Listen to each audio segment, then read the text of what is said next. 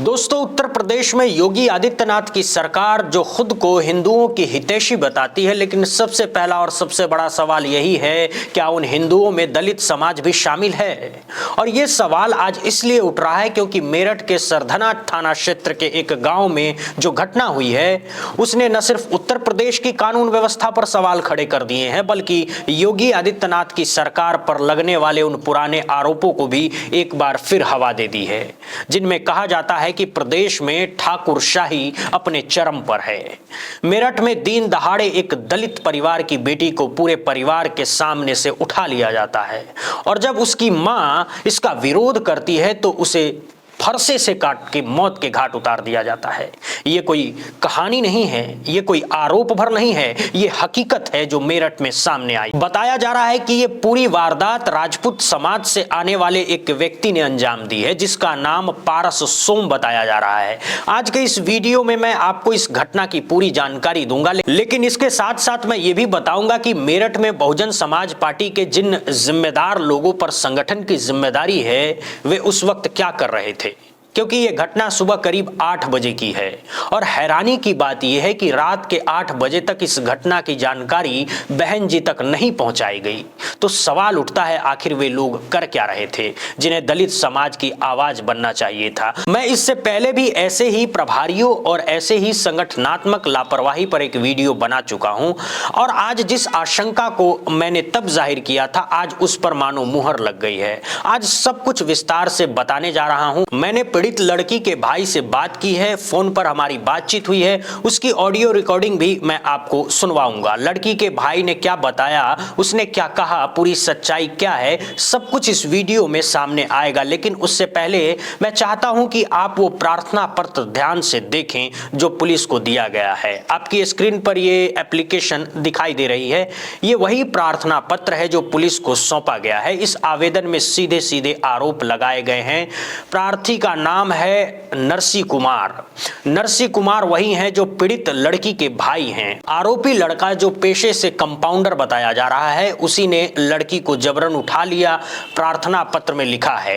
नरसी कुमार पुत्र सतेंद्र कुमार, जाति दलित समुदाय, निवासी कपसार, थाना सरधना, जिला मेरठ। आवेदन में आगे बताया गया है कि दिनांक 8/1/2026 समय करीब सुबह 8 बजे प्रार्थी की माता सुनीता और उसकी नाबालिग बहन, जिसकी उम्र लगभग 17 वर्ष है, अपने खेत की ओर जा रही थी। वे गन्ने के खेत में गन्ने की छिलाई के लिए निकली थी और यहीं से वो खौफनाक सिलसिला शुरू होता है जिसने एक पूरे परिवार को तबाह कर दिया। और जब दोनों रजवाहे के पुल के पास पहुंचे तभी पारस सोम पुत्र योगेश राजपूत, सुनील पुत्र विनोद राजपूत और उनके कुछ अज्ञात साथियों ने प्रार्थी की माता और बहन को रास्ते में रोक लिया। इसके बाद आरोप है कि इन लोगों ने प्रार्थी की बहन का जबरन अपहरण करने की कोशिश की और उसे खींचते हुए ले जाने लगे।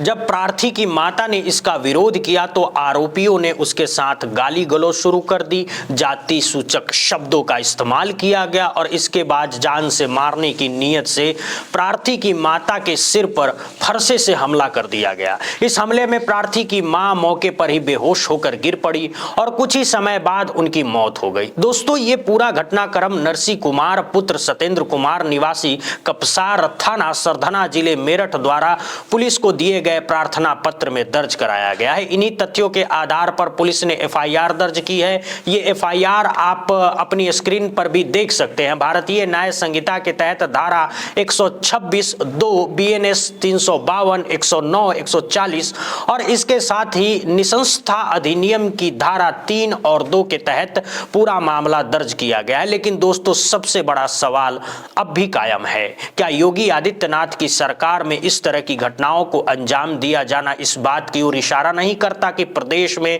खुलेआम ठाकुरशाही हावी होती जा रही है? एक दलित परिवार पर इस तरह का हमला, दिन दहाड़े रास्ते से बेटी का अपहरण, मां की बेरहमी से हत्या और सबसे डराने वाली बात यह है कि उस नाबालिग बच्ची का अब तक कोई अता पता नहीं है। न पुलिस के पास कोई ठोस जानकारी है, न प्रशासन के पास कोई जवाब।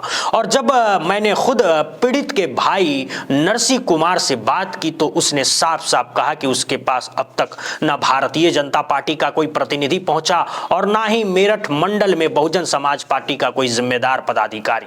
हाँ, एक नाम जरूर सामने आया है, डॉक्टर सुभाष प्रधान।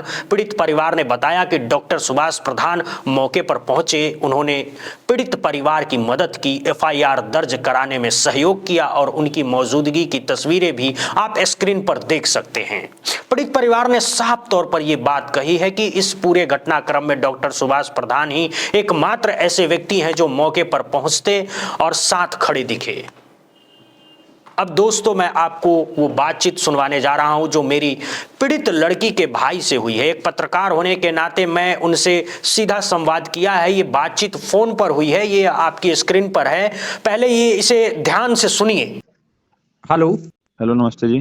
नमस्ते सर, क्या हुआ था? क्या आज जो घटना हुई ये हाँ क्या जी। था? इसका ये पूरा मामला क्या था, मैं जानना पूरा चाहता मामला ये था जी, मम्मी हमारी, हम तो जंगल तो डेली जाते हैं जी, हूँ। जी। जैसे रोज की तरह जाना जैसे जा रहे हैं। हाँ। वहाँ पे जी एक लड़का था, ठाकुर बिरादरी का, पारस। पारस। हाँ जी, 2-3 कोई कुछ अंदर बैठे होंगे, लेकिन मौके पर 2 ही निकले थे। अच्छा। हम पीछे थे मौके पर, वहीं थे, मतलब वार हो रहा था, मतलब इतना हम तपस्या करी, वे तो मार के भग गए। हमारे मम्मी को उठाने में लगी, अपनी मम्मी एक सिस्टर एक कान पर रख के पिस्टल, उसे किडनैप करके ले गए। ये कितने बजे की घटना है? जो 8 बजे की घटना है जी। अच्छा, सुबह 8 बजे की घटना। हाँ जी। यहाँ पर अभी तक कोई नहीं आया जी, बस यही आए सुभाष प्रधान जी। अच्छा, सुभाष प्रधान जी ही आए हैं सिर्फ, और हाँ कोई जी, नहीं यही आया? आए जी। हमने और कोई हमारा फोन उठा भी नहीं रहा, अगर फोन पे कर रहे तो हम। अच्छा, तो हमें किसी से मदद नहीं मिल रही है, हम मदद चाह रहे हैं जी। अच्छा, तो ये बहुजन समाज पार्टी के जो वहाँ के मंडल के जो लोग हैं, बड़े जो जिनके पास हाँ जिलाध्यक्ष जी। हैं, ये लोग हाँ हैं, जी। हाँ इनका जी। कोई कोई आया कि नहीं आया प्रतिनिधि ना, मंडल? कोई नहीं आया जी, बस यही आए थे यहाँ से, तो बस सुभाष प्रधान जी।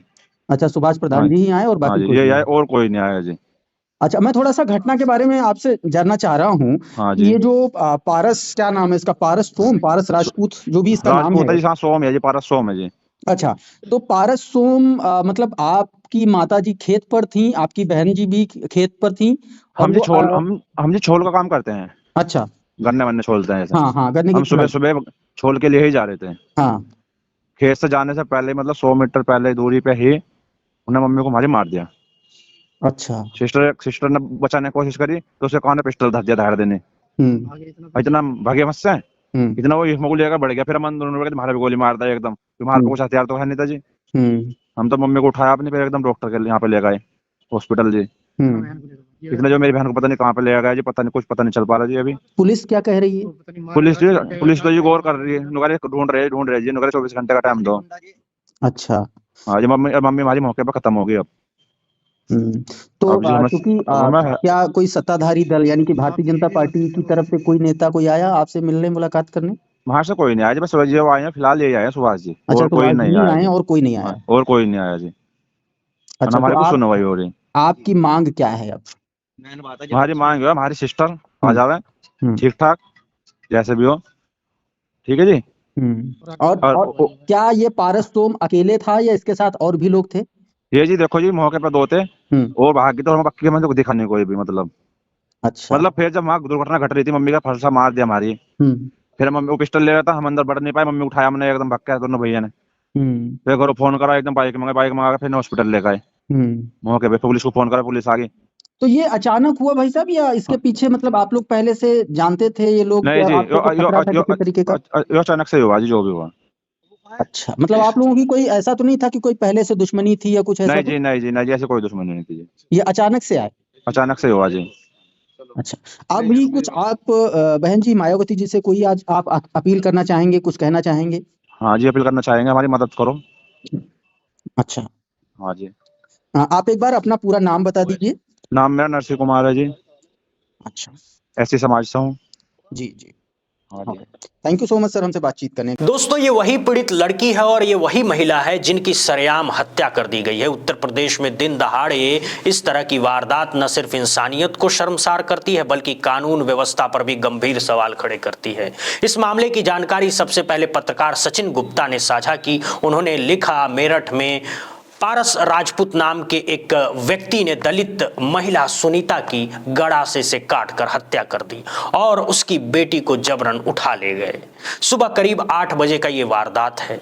बेटी का अब तक कोई अता पता नहीं है। आरोपी फरार बताया जा रहा है। गांव में तनाव का माहौल है। कई थाने के पुलिस फोर्स मौके पर तैनात है। अब सवाल ये भी है कि इस पूरे मामले पर आम आदमी पार्टी के नेता संजय सिंह ने क्या कहा है, उस पर भी हम आगे बात करेंगे। आपकी स्क्रीन पर आम आदमी पार्टी के नेता संजय सिंह की पोस्ट दिखाई दे रही है। संजय सिंह लिखते हैं कि मेरठ में एक दलित मां की हत्या और उसकी बेटी को उठाकर ले जाने का मामला सिर्फ एक अपराध नहीं है, बल्कि ये पूरे सिस्टम की शर्मनाक नाकामी को उजागर करता है।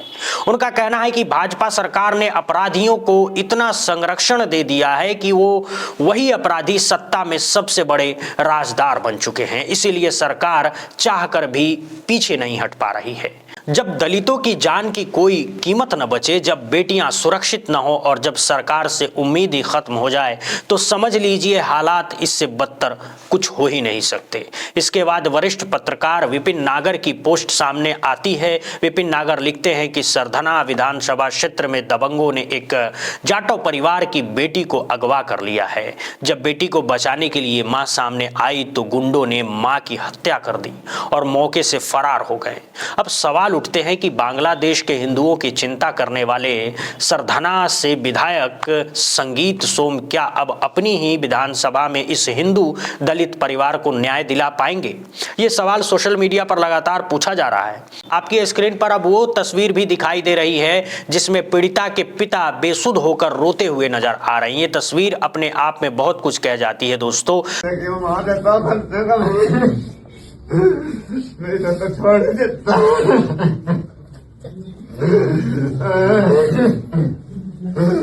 दोस्तों, इस पूरे घटनाक्रम को जिस तरह से अंजाम दिया गया है उससे न सिर्फ कानून व्यवस्था पर सवाल उठते हैं बल्कि सरकार की संवेदनशीलता पर भी गंभीर प्रश्न खड़े होते हैं। लेकिन इस घटना का एक और पहलू है जिस पर अब चर्चा होना जरूरी है और वो पहलू बहुजन समाज पार्टी से जुड़ा हुआ है। मेरठ लंबे समय तक बहुजन समाज पार्टी का गढ़ रहा है। मेयर रहे हैं, सांसद रहे हैं, विधायक रहे हैं। लेकिन सबसे शर्मनाक बात ये सामने आ रही है कि इतनी बड़ी और दिल दहला देने वाली घटना के बावजूद रात तक इस मामले की जानकारी पार्टी नेतृत्व तक नहीं पहुंचाई गई। ये दावा किया जा रहा है कि रात तक बहन मायावती को इस घटना की कोई जानकारी ही नहीं दी गई थी। जब मैंने सूत्रों से बातचीत की और पूछा कि क्या मायावती जी को इस घटना की जानकारी है तो जवाब मिला नहीं। मंडल या जिले की ओर से कोई सूचना ही नहीं दी गई। अब सबसे बड़ा सवाल यही है, आखिर ऐसा क्यों हुआ? 2027 का विधानसभा चुनाव एक तरफ रख दीजिए, ये मामला राजनीति का नहीं, ये आदमीयता का मामला है, ये मानवता से जुड़ा हुआ सवाल है। और इस तरह की घटनाओं को लेकर बहन मायावती की सतर्कता कैसी रहती है ये किसी से छुपा हुआ नहीं है। इसके बावजूद अगर जानकारी नहीं दी गई तो ये संगठनात्मक स्तर पर एक बहुत बड़ी चूक मानी जाएगी। हालांकि ये भी सच है कि इसी पूरे मामले में दोपहर के समय समाजवादी पार्टी के प्रमुख अखिलेश यादव ने इस पर ट्वीट कर दिया था। आपकी स्क्रीन पर आप देख सकते हैं। अतुल प्रधान पीड़ित के पिता के साथ मौजूद हैं। आजाद समाज पार्टी के पदाधिकारी भी वहां पहुंचे। अन्य सामाजिक संगठनों के लोग भी मौके पर नजर आए। डॉक्टर सुभाष प्रधान वहां जरूर पहुंचे जो बहुजन समाज पार्टी से जुड़े रहते हैं और पूर्व में जिला अध्यक्ष भी रह चुके हैं, लेकिन वर्तमान में वे किसी आधिकारिक पद पर नहीं है। इसीलिए सवाल और गहरा हो जाता है। लोग सोशल मीडिया पर लगातार पूछ रहे हैं अगर जिम्मेदारियां दी गई है तो उनका मतलब क्या रह गया है। दोस्तों, कुल मिलाकर बात इतनी सी है, मेरठ में एक जघन्य हत्याकांड हुआ है। एक दलित महिला की बेरहमी से हत्या की गई है। उसकी नाबालिग बेटी को अगवा कर लिया गया है। शुरुआत से ही इस पूरे मामले को जाति के एंगल से देखा जा रहा है। हालांकि सच क्या है ये जांच के बाद ही सामने आएगा। पीड़िता के भाई ने भी फोन पर बातचीत में ये कहा है कि उनकी किसी से पहले से कोई दुश्मनी नहीं थी। अब देखना होगा कि पुलिस जांच में क्या सामने आता है। लेकिन इस वक्त सबसे बड़ी और सबसे चिंताजनक बात यह है कि उस लड़की का अब तक कोई अता पता नहीं चल पाया है। इसी सवाल के साथ इस वीडियो में फिलहाल इतना ही। बहुत बहुत धन्यवाद, बहुत बहुत शुक्रिया दोस्तों।